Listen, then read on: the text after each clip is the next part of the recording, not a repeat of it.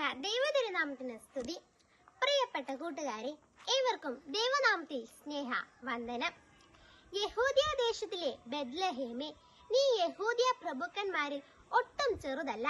എന്റെ ജനമായ ഇസ്രായേലിനെ മേയ്പ്പാനുള്ള തലവൻ നിന്നിൽ നിന്നും പുറപ്പെട്ടു വരും എന്ന യെശയ്യാ പ്രവാചകന്റെ പ്രവചനം നിവൃത്തിയാകും വിധം കർത്താവായ ക്രിസ്തു എന്ന രക്ഷിതാവ് ദാവീദിന്റെ പട്ടണത്തിൽ നമുക്കായി ജനിച്ചു.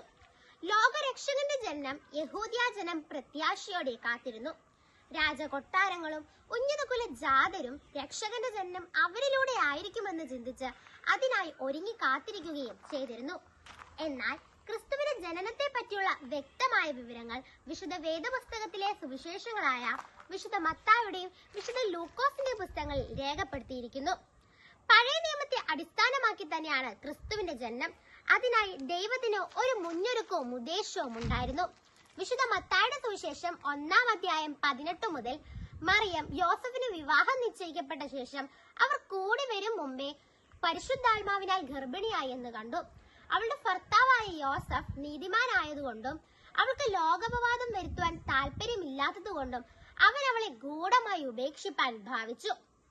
എന്നാൽ ഇങ്ങനെ നനച്ചിരിക്കുമ്പോൾ കർത്താവിന്റെ ദൂതൻ അവന് സ്വപ്നത്തിൽ പ്രത്യക്ഷനായി, നിന്റെ ഭാര്യയായ മറിയെ ചേർത്തുകൊള്ളുവാൻ ശങ്കിക്കേണ്ട.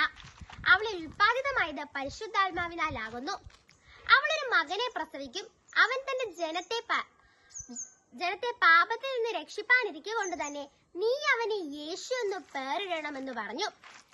അവൻ ഉറക്കമുണർന്ന് കർത്താവിന്റെ ദൂതൻ കൽപ്പിച്ചതുപോലെ തന്റെ ഭാര്യയെ ചേർത്തുകൊണ്ടു. വിശുദ്ധ കന്യക മറിയം പുരോഹിതനാൽ വളർത്തപ്പെട്ട സാധാരണ പെൺകുട്ടിയും അവളുടെ ഭർത്താവായ യോസഫ് സാധാരണ മനുഷ്യനുമായിരുന്നു. എന്നാൽ അവൻ നീതിമാനും അപവാദം വരുത്തുവാൻ ആഗ്രഹിക്കാത്തവനുമായിരുന്നു. അവൻ അവൾക്ക് വേണ്ടുന്ന എല്ലാ പരിചരണങ്ങളും യഥാവിധി ചെയ്തു. ലോകമൊക്കെ പേർ ചാർത്തപ്പെടേണ്ടതിന് അവർ താന്താന്റെ പട്ടണത്തിലേക്ക് യാത്രയായി. അങ്ങനെ യോസഫും മറിയവും ദാവീദിൻ പട്ടണത്തിലേക്ക് യാത്ര തിരിച്ചു.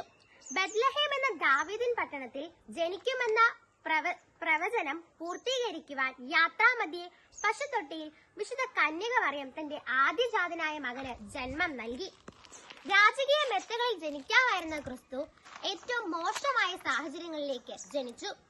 ക്രിസ്മസ് ഒരു ആഘോഷമല്ല, അത് നാം ആഘോഷമാക്കി മാറ്റിയതാണ്. ക്രിസ്മസ് ഒരു ദൈവിക ദർശനവും തീവ്ര സ്നേഹ അനുഭവവുമാണ്. സ്വർണ്ണ കാസായിലും പീലാസായിലും പട്ടുശീലയിലും ക്രിസ്തുവിനെ കാണാനാണ് നാം